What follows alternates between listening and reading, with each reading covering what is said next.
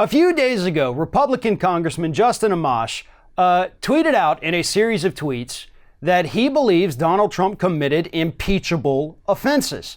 Also in those tweets, he said that the Mueller report, having read the full thing, Congressman Amash, again, a Republican, admitted he read the whole thing and one, determined, yeah, Trump committed impeachable offenses, but he also said, number two, that it established a pattern of behavior, of potentially illegal, criminal behavior for Donald Trump. And any good prosecutor in this country is going to tell you that the first thing you have to do when trying to prosecute somebody is establish a pattern of behavior, saying that this is who this person is, and that's why they likely committed this crime we're talking about today. Amash says that, yeah, it established that. He also went on in his Twitter feed to say that Attorney General William Barr misled the public about what's actually in that report.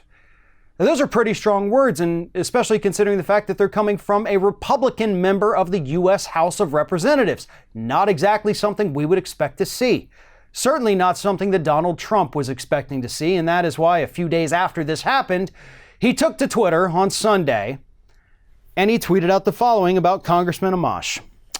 Never a fan of Justin Amash, a total lightweight who opposes me and some of our great Republican ideas and policies just for the sake of getting his name out there through controversy.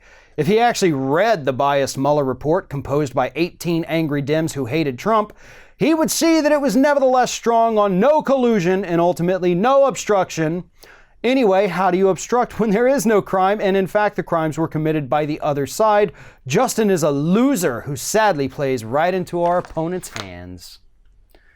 Oh, God, this man's a moron. Let me try to go back a little bit and explain. You can have obstruction without an underlying crime. As long as the intent is there, obstruction can be there, even if there was no underlying crime committed. And the Mueller report actually tells us that he couldn't come to a conclusion that you colluded with another country because everybody from your office and everybody associated with you kept lying so much that he was unable to continue to follow leads. Why don't you go back and read that part? Because I guarantee you, had everybody this man spoke to, had they been honest, we probably would have seen a much different version of the Mueller report come out. Hell, we may not even have it yet. If everybody had been honest and this man could have chased all the leads that he wanted to. But nonetheless, we know that obstruction of justice is there.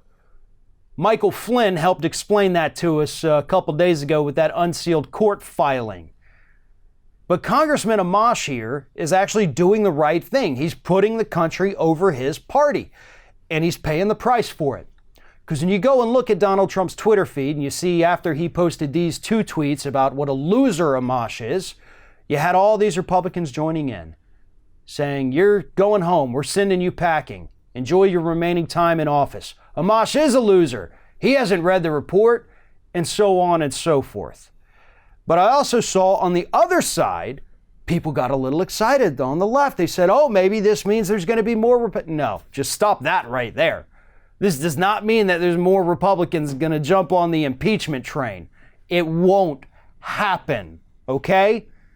Maybe we'll get 2, 3 more, but that's just the House of Representatives. Technically, we need 0 Republicans in there. It's the Senate that matters.